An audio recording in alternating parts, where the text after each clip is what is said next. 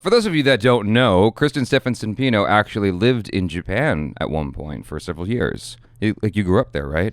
Yep, 10 years. 10 years. This is not about Japan. It's about Korea.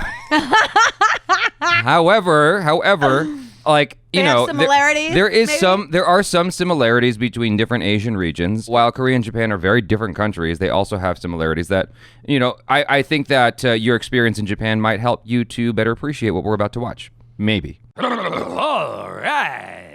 Hello, people. I'm Jaby KOAY, joined by KRISTEN STEPHENSONPINO, and we're looking at Korea, Admiral Yi. Keep beating the drum. Korea. Extra History #1. This is from Extra Credits, the YouTube channel. Thank you, Extra Credits, for allowing us to react to this. Very, very much appreciated. This was a highly requested video from one of our patrons on patreon.com/JabyKOAY. And so I thought we'd give this a look-see. So if you guys haven't already, subscribe to this channel, hit that bell icon, all notifications, and give this video an upvote. Also, KRISTEN is on Instagram all the time. She won't get off. Even right now, her phone's like right there, just live streaming. I don't know what the deal with that is. So here we go. You should really be an announcer or a radio guy. Welcome. Oh, I would listen to you. To the KRISTEN STEPHENSONPINO live podcast. Okay, here we go. I can't do it. War drums. I think this is a historical video. Okay. For a second, I thought that guy's head was cut off. Well, he's definitely dead. This is kind of brutal. Oh, war is brutal. This is a war zone full of death. Extra history. The year is 1572, 26 years earlier. A 28-year-old man rides across an open plain. A group of military men stand quietly, observing. His horse stumbles. He's thrown. At first, everybody watching thinks he's dead. His leg is horribly bent, broken. But after a moment, he gets up, dragging one leg behind him, and pulls himself to a willow tree. He binds his leg with its branches, remounts his horse, and finishes the military examination. He fails the exam anyway, but 4 years later, he'll be back. He'll pass, and so will begin the career of one of the most glorious admirals of all time. It's strange that this... That's interesting. I mean, I can already see where this is going. Obviously, the video's about him. Isn't it interesting to know that this guy who's obviously like a crazy high-ranking general of history, or admiral, I don't know what the hell, but someone important in history at one point had one of the most embarrassing episodes early on in his military career. That's nuts.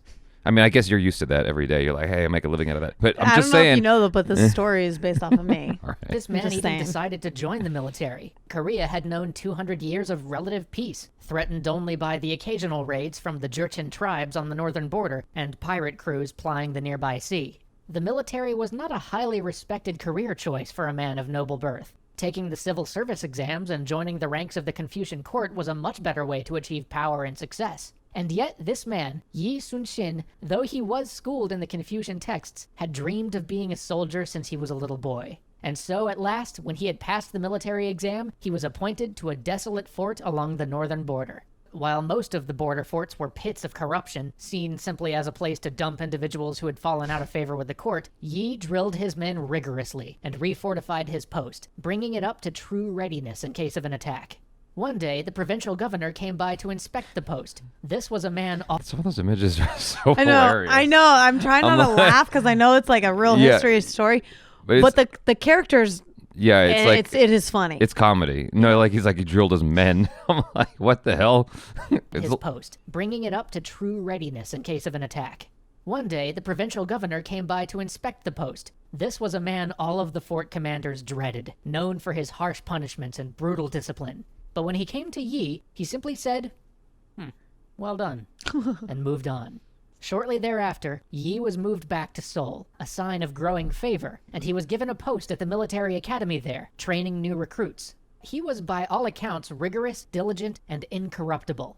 And this was exactly the problem. At this time, the military academy was actually a tool for younger noble sons to jump up the ranks quickly, and for courtiers to channel their favorite people into the cushiest assignments. And Yi was not cooperating. So, after a short stay in Seoul, he was booted back to a provincial assignment. By July, though, he had secured a position running a naval garrison and was rapidly rising up the ranks again. But here, too, he was schemed against by corrupt officials. Many attempts were made to have Yi removed, but each one he parried expertly until, one day, one of his previous superiors from the military academy, one who Yi had rebuked for corruption, was called to his province to do an inspection. Seeing an opportunity for revenge, the inspector wrote a report castigating Yi, saying he was completely negligent. When the report got to Seoul, Yi found himself dismissed from the military entirely. Wow. 4 months later, though, he was vindicated. Found innocent of the charges against him, he was returned to service, but demoted to the lowest possible officer grade. He might have languished at this menial post, but at last his diligence was finally rewarded when he was brought back to meaningful duty by none other than one of his former rivals. One of the fleet commanders who Yi had served under while maintaining the naval garrison had been transferred to the northern frontier, and knowing that he'd need good, capable officers, he requested Yi be sent with him. Soon, though, it became clear that Yi was needed to garrison a fort on the Tumen River, which was one of the demarcation lines between Jurchen and Korean territory. Jurchen raiders roamed far south of the Korean border, looting and pillaging at will. Raids had nearly overrun the nearby frontier province, and so Yi took up the post. He drilled his troops until they were in top shape, and knowing that simply shoring up the defenses wouldn't be enough, he laid his troops out for an ambush and then lured the raiders into Korean territory. He fell on them with a ferocity and a swiftness they had never seen in Korea. Within hours, the tribes were smashed and their power shattered. They would never again be such a threat to the province. But here, too, Yi was stymied by a jealous superior, and while the court was jubilant about his success, the official record reads, although the court recognized Yi Sun-shin's meritorious service to the king, it nevertheless decided against awarding him a prize. Shortly after this, Yi's father died, and being deeply rooted in Confucian ideals, Yi retired home for 3 years in accordance with the traditional mourning period. When he at last returned to service, he was put in charge of transportation for the court, but a mere 16 days later, it was decided that Yi was needed too badly at the border, and once again he was sent north. He was to man a small island fortress, undermanned, crumbling beyond disrepair. Jesus. He once again drilled its garrison, shored up its defenses, and week after week sent out a request to the district commander for reinforcements. Then, one morning, as the mists rolled in and most of the men were out harvesting rice because the military was in such a state that men on the border had to harvest their own food, the Jurchen attacked, pouring out of the mist on horseback. Yi Sun-shin only had a dozen men to defend with. He and his handful of soldiers fought desperately, cutting their way to one group of captives and escaping with 50 people the Jurchen would have taken prisoner. But by this time, you know the story. In order to avoid blame, Yi's superior, a man named Yi-il, blamed the entire defeat on Yi Sun-shin. He had him brought back to the capital, tortured, and put on trial in an attempt to have him condemned so that Yi-il could avoid any of the blame. But Yi Sun-shin did not crack under torture, and when it came time to take the stand, he said this to Yi-il. "My lord, you are asking me to assume the whole responsibility for the misfortune, but you are wrong. May I remind you that you have always refused my frequent request for reinforcement. The defeat was not a result of my negligence of duty, but in large part, your fault. Therefore, it is not I, but you, who should be held responsible for the defeat." Wow. The court was stunned. Many of them knew of Yi's record and were inclined to believe him, so in the end, he was allowed to live, but he was stripped of his rank. Again? And returned to the army as a common enlisted man, starting over at the very bottom. Wow. As if he'd never taken the military examinations. He was once again placed on the northern border and asked to fight the invading tribes, and once again he did so with distinction, until finally in 1588 he asked that he be allowed to retire. But storm clouds were gathering over Korea, and some, especially his longtime friend, a man named Ryu Sung-young, recognized that soon the country would have need of good military men. While Yi had struggled through his career in the military, Ryu, his childhood compatriot, who had been his companion in games of war, had risen to be Prime Minister of Korea. Whoa! It was actually through Ryu's influence, and because of his subtle aid, that Yi had time and again survived the machinations held against him. Now, Ryu planned to see that Yi would take his rightful place for the war he feared was coming. On the next episode of Extra History, remember how in the Sengoku Jidai episodes we talked about that messy Japanese invasion of Korea? Well, that's about to happen. Join us as Yi and Ryu take on the Japanese forces, as we delve into the differences in government, technology, and arms between these two nations, and as we explore the first few disastrous weeks of this war. That was actually really interesting. It was really good. If they would have like stuff like this in school, I know. Do you know how much you would learn? I want to keep going. Yeah. Like, what's next? Like, it was so good. Yeah. You know, with all of your experience of living in Japan, maybe you can give us some more perspective on this. Well, you know, back in my day when I went to war, like, I was like Mulan, you know, chop my hair up. There's no women allowed. Like, but you know what's funny is I heard in Japan the history books are a little bit different over there. They don't actually teach everything, like Pearl Harbor. Like Japanese had, when I was let me tell you.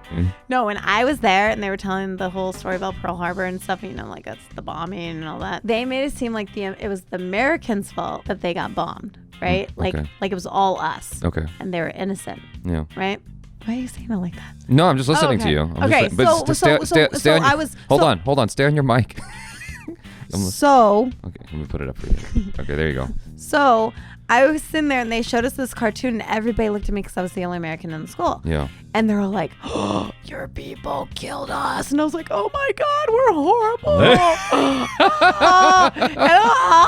And I go home and I go to my mom. I'm like, Americans are awful. We killed the Japanese. We bombed their country. But my mom's like, they tell you the other side of the story? Or they just tell you one side of the story? I was like, what do you mean? They were so innocent. They're just sitting there and there's this little girl. She's eating her candy and her brother died. And then she was like pretending that there was candy in there, but it was rocks. And then they bombed and then she died. And I'm just like going on, right? My mom's she was so livid. She was like, sit down. Let me tell you what happened. Like, let me tell you the American side of the story. And I'm like, and then all of a sudden I was like, whoa. Yeah, it's very different. I'm like, whoa. It's very different. Yes, but they don't admit to that side of the story. No. They just teach you like how sad it was for them and like they were not in the wrong. And I was like, oh my God. Yeah. No, it's all about saving face. Yeah. And so I would imagine there might be a very different version of the history that this was about to talk about on the Japanese from the Japanese side. I'm sure it's a very different story. And I don't. Yeah, it's a very Asian thing in general, trying to save face and all that stuff. You know what I'm saying? Like that's part of the Asian culture. It's all about the honor. And so that story right there was very, very interesting and quite compelling. Like the fact that this guy started out with such a hiccup in his military career was fascinating to me. Yeah, but I feel like it was something that like it kind of showed who he was going to be. Yeah, on, you know what I mean? His perseverance. Yeah, is admirable. Yeah, dude, he's like. I mean, to have setback after setback after setback through his career, and then there's like this lucky thing waiting in the wings, this Deus Ex Machina in his story of, oh, by the way, you've got this best friend who became prime minister, who's been watching your back like a guardian angel your entire career, watching you go through the toils and troubles of these dumbass militaries or people who are like taking money and trying to have a cushy position, you know, lay all the blame on you whenever they make a stupid ass mistake because they're lazy. Meanwhile, you're like the super diligent officer the entire time. Like, that's insane. It takes a lot for somebody to stay true to who they are, though. Yeah. And like stay so like. Versus like, you know, I feel like at that point, the majority of people would be like, yeah, I'm over it. Okay, I don't even care. Yeah. Right? And he's like, nope. And then he talked back to his superiors. That's crazy. Yeah. You don't do that in Asia. That's a no-no. Yeah. The biggest part to me that was like stunning was when he not only survived the excursion or the scurry, what do you call that? The ambush. Skirmish. He survived the skirmish with the tribes when he only had like 12 soldiers. He survived that and then was brought all the way down to being the lowest rank in the military all over again. You think they'd be like, good job. Yeah. Like, that's impressive. Yeah. But, ew.